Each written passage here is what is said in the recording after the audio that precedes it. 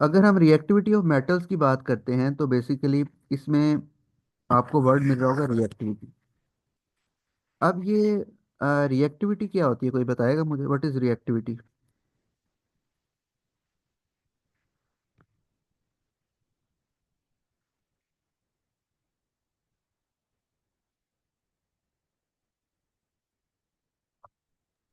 The tendency to gain or lose electrons.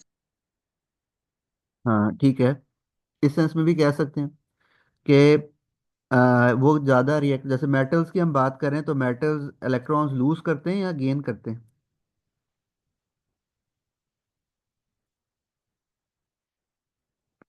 Lose.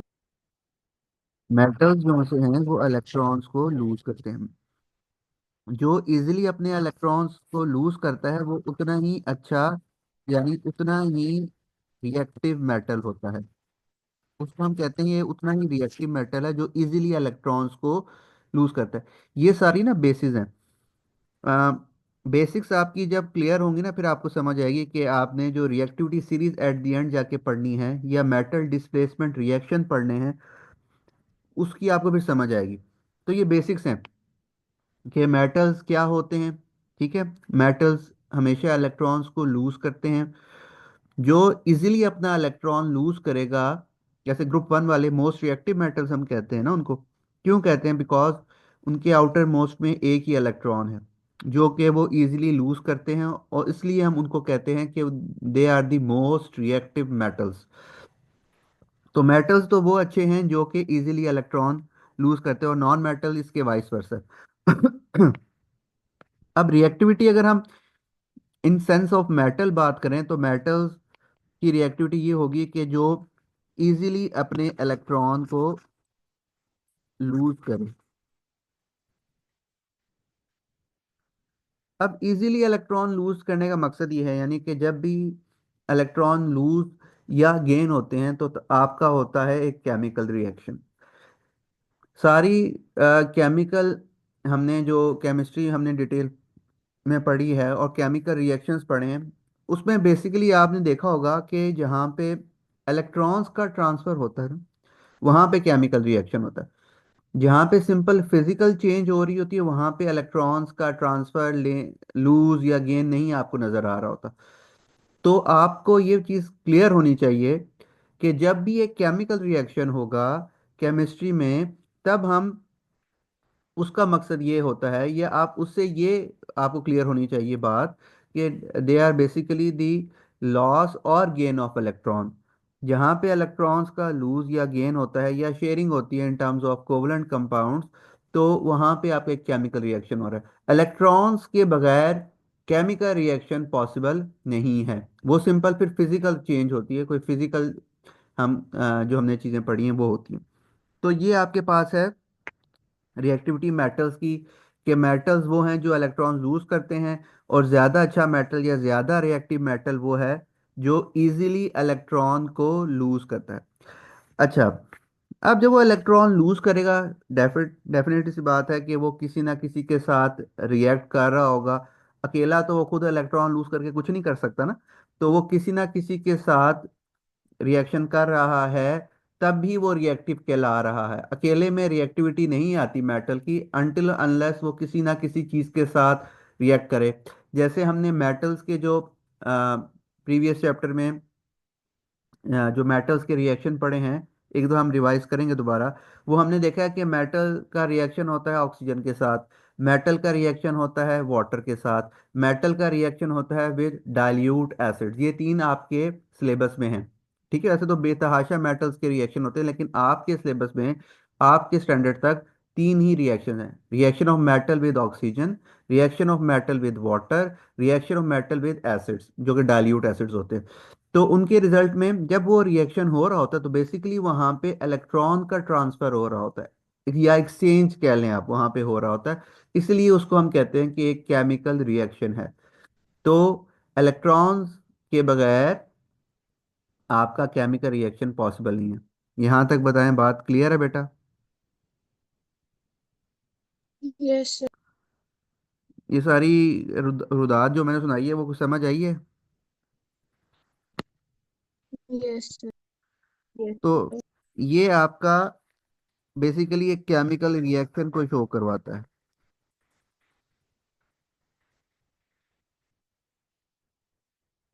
Reactivity, is of doing a chemical reaction भी आप कह सकते हैं कि रिएक्टिव वो होगा जो इजीली कोई रिएक्शन में पार्टिसिपेट करेगा, उसको हम कहेंगे कि जी बहुत रिएक्टिव है, इसको तो फौरन ही रिएक्शन करवाना है, तो उसको हम कहेंगे कि वो ज़्यादा रिएक्टिव है। वो मेटल भी हो सकता है, नॉन मेटल भी हो सकता है। जनरली अगर हम रिएक्टिविटी की बात करें या किसी चीज़ के रिएक्टिव होने की बात करें, तो वो आपको पता होना चाहिए कि उसका कहने का मकसद ये होगा कि वो इजीली या बहुत जल्दी या हम कहते हैं रेडिली पार्टिसिपेट करेगा एक केमिकल रिएक्शन में, तो उसको हम कहेंगे कि ये रिएक्टिव है।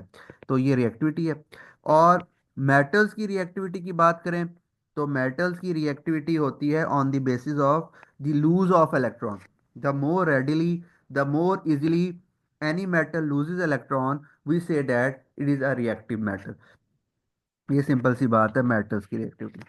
अच्छा, तो अब हमने जो बेसिकली अगर हम किसी भी मेटल्स की इक्वेशन आपको ऐसे लिखनी आती होगी, बल्कि लिखनी आनी चाहिए, कि आपसे पूछ सकता है कि मेटल एक रिएक्टिव होता है, तो उसकी इक्वेशन लिखेंगे, कैसे पता चलेगा कि एक मेटल रिएक्टिव है। वो उसका मकसद है कहने का कि आप इन टर्म्स ऑफ इलेक्ट्रॉन्स बताएं कि मेटल जो है वो रिएक्टिव है।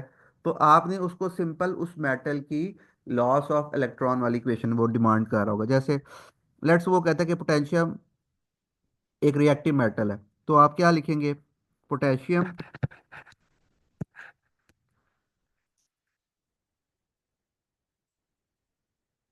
अब उसने अपना एक इलेक्ट्रॉन लूज करवा दिया, चार्ज उस पे आ गया पॉजिटिव। ये आपको पता है कि जब इलेक्ट्रॉन लूज होते हैं तो आप पे चार्ज डेवलप होता है पॉजिटिव का, आपका आयन बन जाता है जिसे हम केटाइन कहते हैं। तो ये मेटल की इक्वेशन है। इस तरह आप कोई भी मेटल की इक्वेशन लिख सकते हैं जिसे आप डिस्क्राइब कर सकते हैं कि वो आपका एक मेटल है और वो इलेक्ट्रॉन्स को लूज कर रहा है। अब देखें इस चैप्टर में बेसिकली जो चीज़ है वो है रिएक्टिविटी सीरीज, मेटल की रिएक्टिविटी सीरीज, मेटल के डिस्प्लेसमेंट रिएक्शंस, ये सारा हमने डिस्कस करना है। तो उसके लिए हमारे पास एक चीज़ जो इस चैप्टर में है जो आपने देखी होगी उसको हम कहते हैं रिएक्टिविटी सीरीज। अच्छा, रिएक्टिविटी सीरीज तो आपने ना याद करनी है, ठीक है, जिस तरह वो सीरीज है, क्योंकि जब तक आप याद नहीं करेंगे आपको रिएक्शन नहीं कर पाते ना, डिस्प्लेसमेंट रिएक्शन आपको आइडिया नहीं होगा। वो मैं बताऊंगा आपको कि किस तरह जब हम उसकी प्रैक्टिस करेंगे। तो हमने बेसिकली वो डिज़ाइन करना है ये, यानी कि जो रिएक्टिविटी सीरीज आपको पेपर में या आपको बुक में गिवन है, वो आपको आपने ये समझना है कि वो कहाँ से आई है। वो ऐसे नहीं हुई है कि किसी ने इसको ऊपर रख दो, इसको नीचे रख दो, इस मेटल को हाइड्रोजन के नीचे प्लेस कर दें, इसको ऊपर प्लेस कर दें, नहीं। वो जो रिएक्टिविटी सीरीज डिजाइन हुई है वो basically on the basis of their reaction हुई है। अब कौन से रिएक्शन है? वही रिएक्शन है जो हमने पहले किए हुए हैं, यानी कि आपकी जो रिएक्टिविटी सीरीज है उसकी बेसिक्स क्या है, यानी किस बेस पे हमने उसको बनाया है, वो है उनके रिएक्शंस। जैसे अब उन्होंने क्या किया साइंटिस्ट ने कि, या केमिस्ट आप कह लें, कि उन्होंने फॉर एग्जांपल हमने जिस तरह रिएक्शन पढ़े हैं, हमने मेटल्स के तीन रिएक्शन पढ़े ना, मेटल्स के ऑक्सीजन के साथ, वाटर के साथ और डाइल्यूट एसिड्स के साथ, इन तीनों के साथ हमने रिएक्शन पढ़े हैं मेटल्स के। अब जब हम इन तीनों के साथ रिएक्शन करवाते हैं ना मेटल्स के, डिफरेंट मेटल्स के, तो फिर हम उनको कैटेगराइज करते हैं कि किस मेटल को जो ज़्यादा विगरस रिएक्शन देता है, लाजिम बात है वो ज़्यादा रिएक्टिव है। जो कम विगरस या लेस वायलेंट रिएक्शन देता है, इसका मतलब है वो उसके नीचे आएगा। तो ये इन रिएक्शंस की बेस पे हमने एक रिएक्टिविटी सीरीज बनाई हुई है जिसको आपने याद करना है, रट्टा लगाना है। अब इसके बाद अगर हम मेटल के रिएक्शन या रिएक्टिविटी सीरीज पे जाने से पहले आपको पता होना चाहिए कि इनकी प्रोडक्ट्स क्या क्या बनती हैं, या मेटल्स जब वाटर के साथ रिएक्ट करते हैं तो क्या प्रोडक्ट देते हैं, उसकी पीएच पे क्या इफेक्ट आता है और उसका टेस्ट क्या होता है वो हम थोड़ा देख लेते हैं। फिर डाइल्यूट एसिड के साथ जब मेटल रिएक्ट करता है तो क्या बनता है, और उसका भी अगर टेस्ट आ जाए तो किस तरह आप करते हैं। तो इनको हम देखते हैं पहले, फिर हम रिएक्टिविटी सीरीज पे जाएंगे कि रिएक्टिविटी सीरीज बनी, फिर हम मेटल डिस्प्लेसमेंट रिएक्शन की तरफ मूव करेंगे। तो सबसे पहले मेटल विद ऑक्सीजन, कोई भी मेटल ले लेते हैं, फॉर एग्जांपल हम मैग्नीशियम ले लेते हैं। तो बेटा क्या बनता है metal with oxygen product? Metal oxide. Metal oxide. ठीक है, मेटल ऑक्साइड बनता है, यानी मैग्नीशियम का मैग्नीशियम ऑक्साइड बनेगा। क्या फॉर्मूला होगा मैग्नीशियम ऑक्साइड का? MgO। ठीक है, ये आपको बनाने आते हैं। ठीक है, एमजीओ, अगर आप मेटल ऑक्साइड है मैग्नीशियम का ऑक्साइड, मैग्नीशियम ऑक्साइड ये +2 होता है, ये -2 होता है, चार्जेस इन पे जो इनकी स्टेट होती है कैंसिल आउट करें तो एमजीओ बनेगा। सिमिलरली कैल्शियम, कैल्शियम ऑक्साइड में जाएगा। अच्छा ये आपने देख लेना, मैं यहाँ पे रिएक्शन लिख रहा हूँ, बैलेंसिंग आपने खुद देख लेनी है इसकी। ठीक है, at the end balance, paper में जब भी आएगा आप बैलेंस्ड इक्वेशन लिखेंगे, ये याद रखें। पोटेशियम विद ऑक्सीजन, ठीक है, पोटेशियम ऑक्साइड। अब पोटेशियम +1 होता है, ग्रुप 1 का, ऑक्सीजन -2 होता है, तो क्रॉस हो जाती है वैलेंसी, तो K2O बनेगा। ठीक है, ये सारी पुरानी बातें। फिर aluminium with oxygen, aluminium oxide बनता है, Al2O3। ठीक है, तो ये आप कोई भी मेटल ले लें।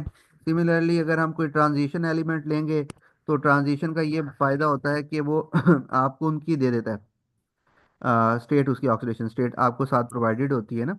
जैसे आयरन, लेट्स सपोज वो कहता है आयरन 2 प्लस ऑक्सीजन, तो आयरन 2 का मतलब है बेसिकली इस पे चार्ज +2 है, तो ये बनेगा FeO।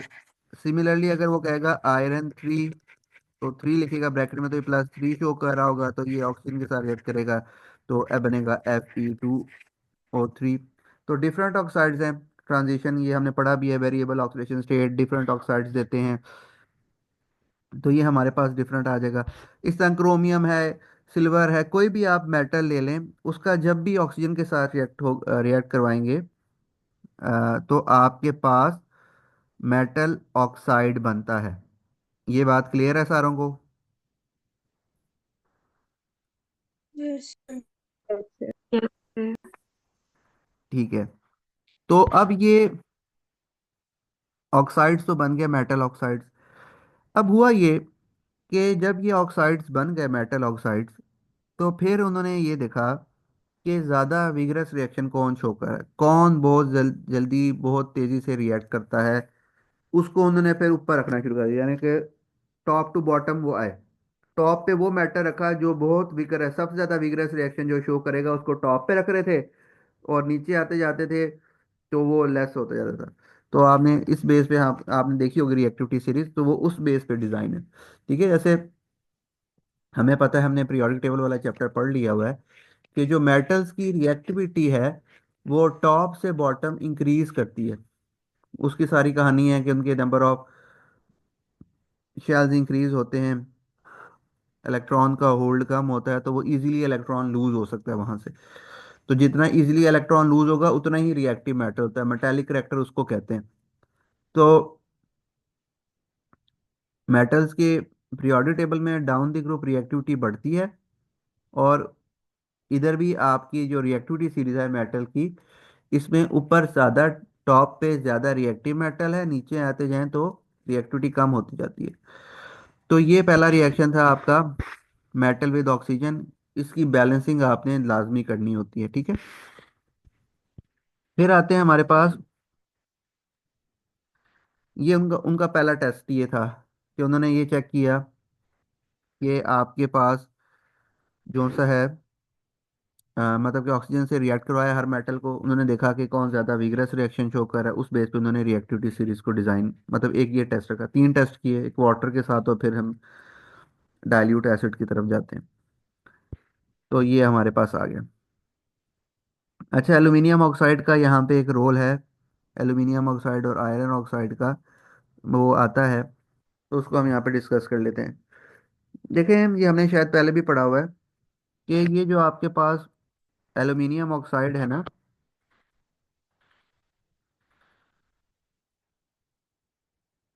ये अनरिएक्टिव लेयर होती है। मतलब कि मैं आपको कहने का मकसद ये है कि हमारे पास, वैसे मुझे लगता है हमने पहले की है बेटा, हमने ये बात पहले डिस्कस की हुई एल्यूमिनियम ऑक्साइड वाली।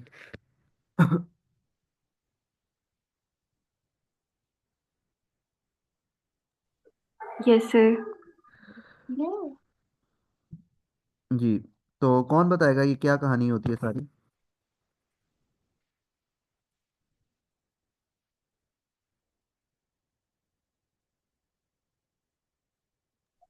सर लाइक एल्यूमिनियम जब रिएक्ट करता है ऑक्सीजन के साथ, तो जो उसका ऑक्साइड होता है ना, वो इसकी इक्वेशन नहीं होती।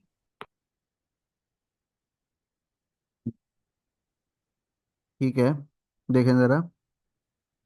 होता यह है कि मेटल हमेशा, जब भी मेटल का ऑक्सीजन के साथ रिएक्ट होगा, मेटल ने ऑक्साइड बनाना ही बनाना है।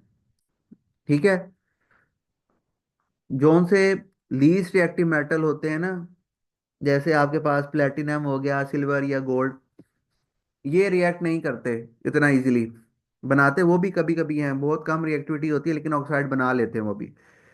लेकिन जो ज़्यादा रिएक्टिव मेटल है ना, वो उन्होंने हमेशा ऑक्सीजन के साथ रिएक्ट करके ऑक्साइड बनाना ही बनाना है।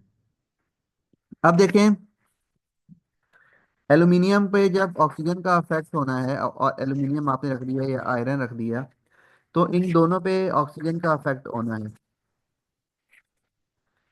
ठीक है। अब आयरन पड़ा है आपका, तो ऑक्सीजन तो है ना इन्वायरमेंट में, उसने आके आयरन पे अफेक्ट करना है। इसी तरह एल्यूमिनियम भी है। अब हम एल्यूमिनियम, घरों में हमारी एल्यूमिनियम की खिड़कियां होती हैं, एल्यूमिनियम के डोर्स होते हैं, क्यों लगवाते हैं? कि जी इसको जंग नहीं लगता, ये कहते हैं जी इसको जंग नहीं लगता। तो उसके पीछे सारी साइंस है ना, क्यों नहीं जंग लगता। देखें, ये मैं रिवाइज करवा देता हूँ आपको, वैसे हमने पढ़ लिया भाई, ये मेटल्स वाले चैप्टर में हमें ये सारी डिटेल है।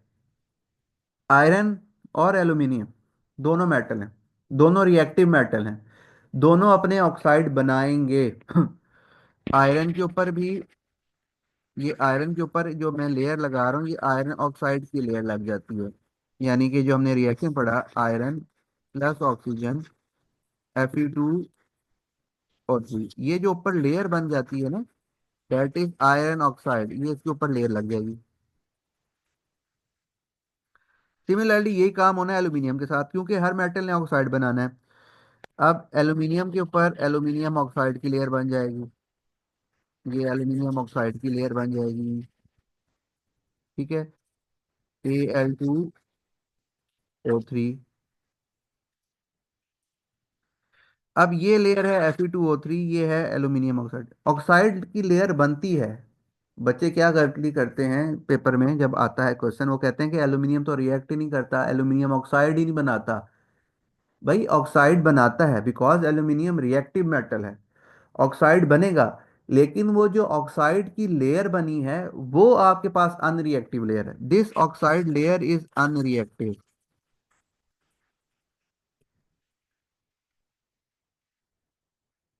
होगा क्या, ये ऑक्साइड की लेयर इसके ऊपर जब आ जाती है एल्यूमिनियम के ऊपर, ये फर्दर ऑक्सीजन या वाटर का जो मॉइस्चर का कांटेक्ट जो सी है वो रोक देती है।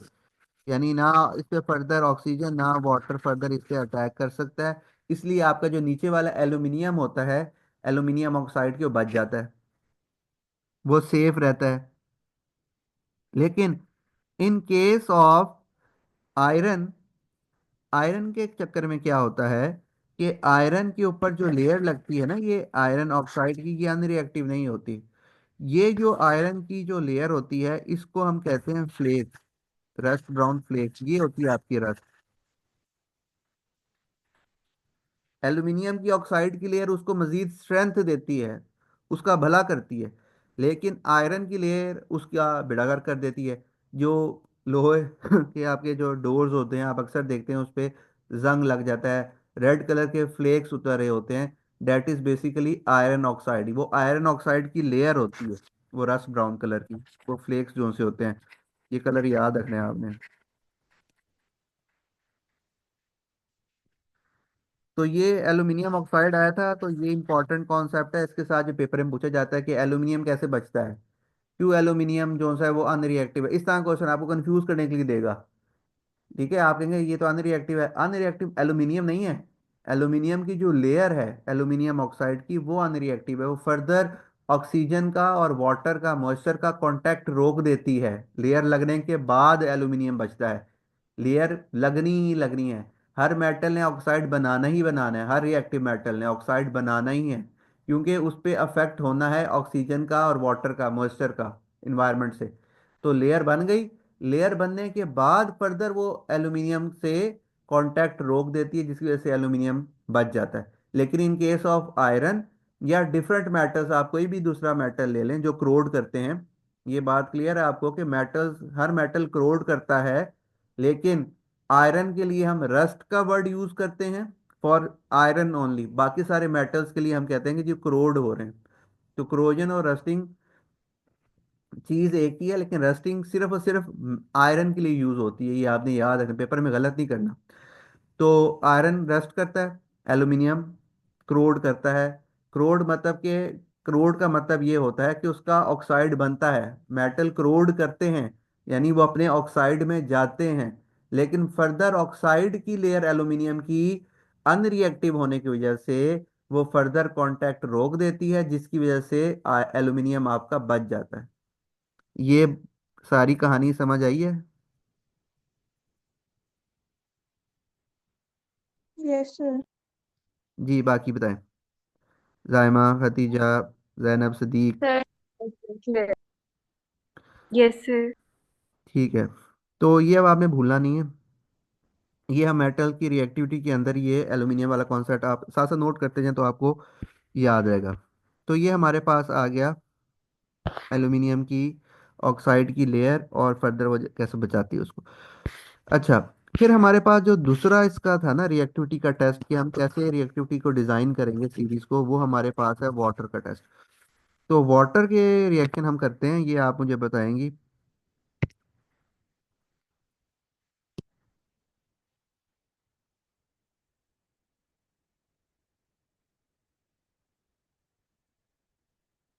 Metal plus water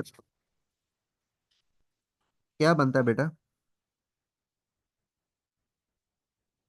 sir metal oxide और हाइड्रोजन।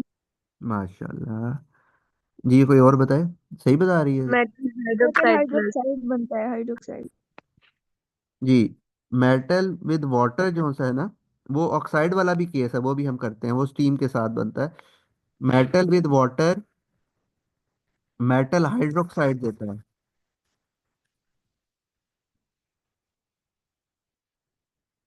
और साथ हाइड्रोजन गैस लिबरेट होती है। ये आपको रेट ऑफ रिएक्शन में वो तंग करेगा, ये को इस तरह देख के। रेट जहाँ पे भी गैस लिबरेट हो रही है ना, वो रेट ऑफ रिएक्शन में गैस का वॉल्यूम कैलकुलेट करने में कहीं पे भी आ सकता है। तो ये चीज़ आपने, इसलिए प्रोडक्ट्स इंपॉर्टेंट होती हैं हर रिएक्शन की, आपको पता होना चाहिए। तो metal with water, for example. अच्छा, इसमें एक चीज़ क्लियर करनी है आपने, देखें। जब भी वो वाटर कहेगा ना, तो उसका मतलब यही है कि वो कोल्ड वाटर ले रहा है। ठीक है, तो फिर उसकी प्रोडक्ट मेटल हाइड्रोक्साइड है।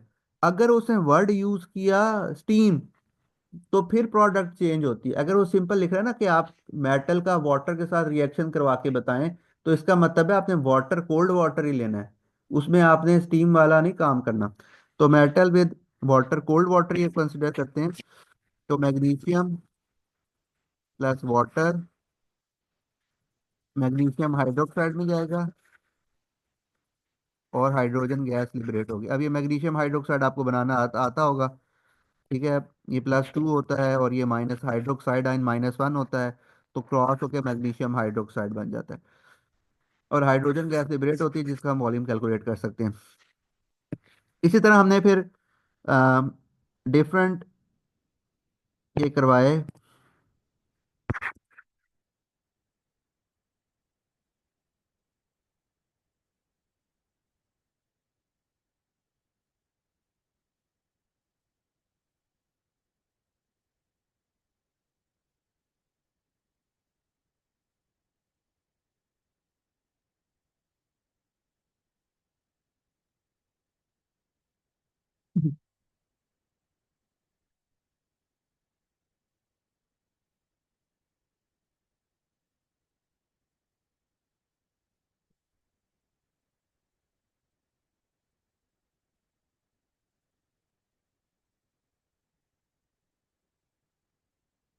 जी बेटा, इनकी प्रोडक्ट लिख के मुझे भी दिखाएं, करें इसको जल्दी।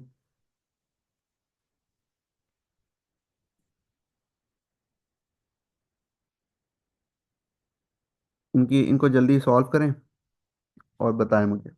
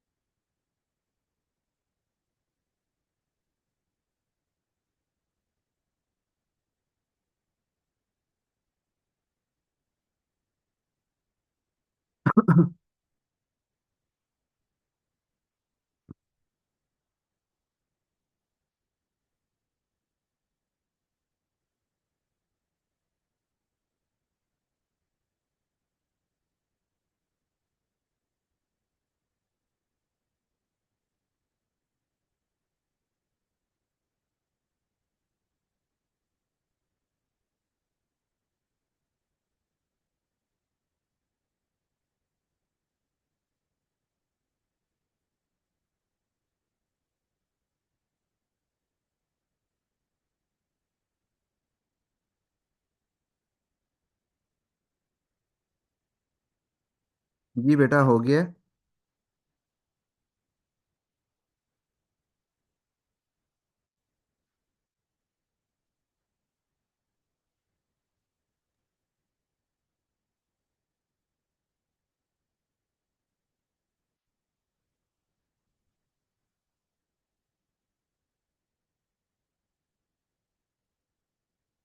बेटा, हो गए हैं रिएक्शंस, आवाज़ आ रही है मेरी?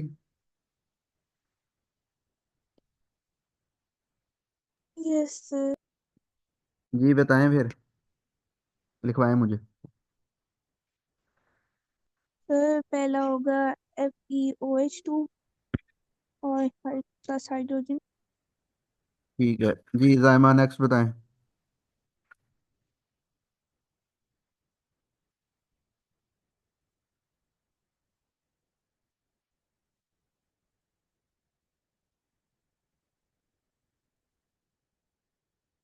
जायमा, मेरी आवाज़ आ रही है आपको?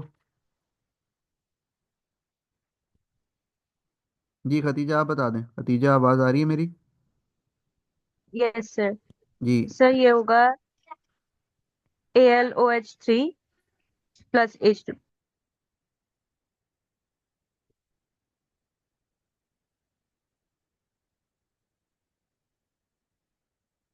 ठीक है जी। Zainab Sadiq, chromium. Sir sir CrOH3। Zainab Sadiq, आवाज़ आ रही है मेरी? जी सर, CrOH3 + H2। जी Zainab Iftikhar, calcium. Sir CaOH2 plus hydrogen. ठीक है, सोडियम हाइड्रोक्साइड में खुद लिख देता हूँ, ये आसान है। जी खदीजा, लास्ट बताएं। AgOH + hydrogen. ठीक है, सही है। जी बेटा, ये मैंने सारे ठीक लिखे हैं, कोई किसी को इश्यू तो नहीं है इसमें? No sir. जी बाकी भी बाकी सबको क्लियर है ये? यस जी सर। सर। अच्छा।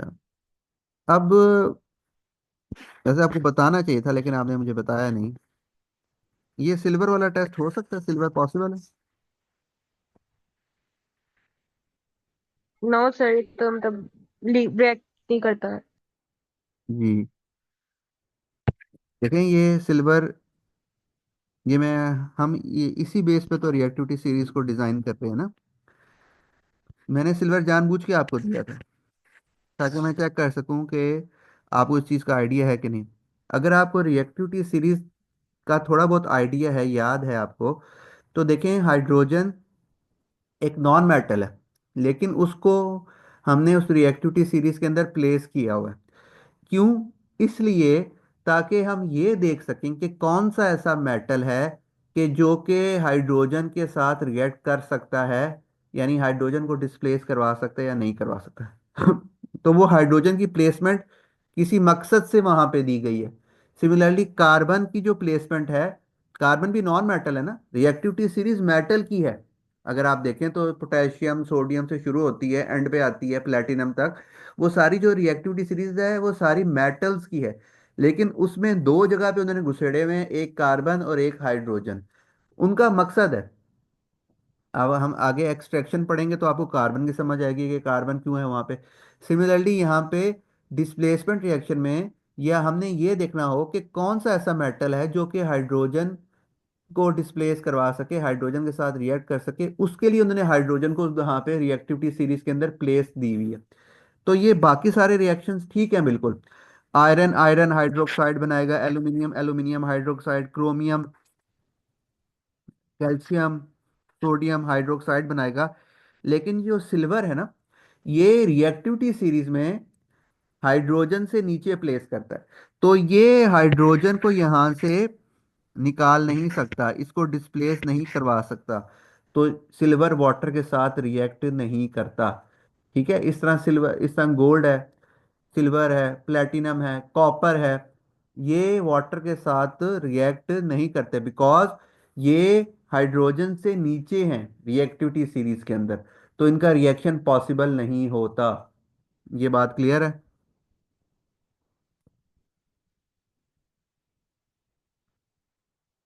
Yes sir. जी बाकी बताएं, बात क्लियर है ये?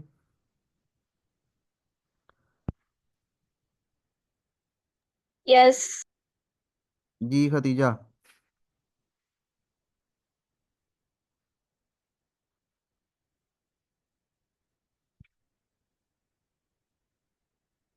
तो ये हमारे पास सारी सिल्वर की सारी कहानी है। इसमें कॉपर आपको दे देगा वो कभी कंफ्यूज करने के लिए, आप वहाँ पे कॉपर का रिएक्शन लिख देंगे वाटर के साथ, कॉपर हाइड्रोक्साइड प्लस हाइड्रोजन। तो कॉपर भाई रिएक्ट नहीं करता। ये बातें आपने याद रखनी है, ठीक है? तो ये आ गया। अब ये देखें, ये मेटल, इनकी बेस पे ही हमने फिर रिएक्टिविटी सीरीज बनाई हुई है ना। अब सिल्वर को, जब सिल्वर का उन्होंने मेटल का रिएक्शन करवाया वाटर के साथ, तो सिल्वर रिएक्ट ही नहीं कर रहा था। इसका मतलब है कि सिल्वर की रिएक्टिविटी बहुत लो है, तो उसको उन्होंने एंड पे रखा हुआ है। इसी तरह डिफरेंट मेटल्स, इस तरह मेटल्स के रिएक्शन करवा के उन्होंने मेटल की रिएक्टिविटी सीरीज को बनाया था। अच्छा, अब इसमें ना एक चीज़ आती ये है कि वो ये कह देता है, भाई ये बताएं कि जब ये मेटल का वाटर के साथ रिएक्शन होता है तो उसके सॉल्यूशन पे क्या इफेक्ट आता है, या किस तरह हम आइडेंटिफाई कर सकते हैं कि ये आपका क्या इफेक्ट आएगा सॉल्यूशन पे। तो कोई बता सकता है क्या, कोई टेस्ट, या किस तरह हम आइडेंटिफाई कर सकते हैं?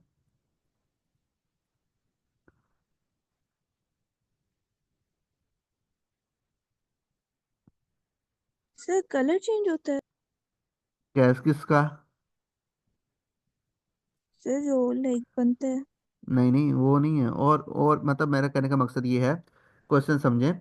मेरा ये क्वेश्चन ये है कि मेटल का जब वाटर के साथ रिएक्शन आता है तो सॉल्यूशन पे क्या इफेक्ट आता है, क्या चेंज आती है, वो मैं पूछना चाह रहा हूँ आपसे।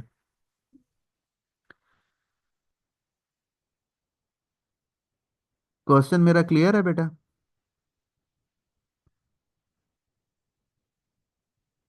Yes sir. तो बताएं सर क्या आई चेंज नो। आती है। अच्छा देखिए मैं बताता हूँ आपको। इसकी कभी ना ऑब्जर्वेशन पूछ लेता है वो, इस रिएक्शन की। तो ऑब्जर्वेशन क्या है, ये हाइड्रोजन प्रोड्यूस हो रही है, तो हाइड्रोजन जब प्रोड्यूस होती है तो क्या आएगी ऑब्जर्वेशन?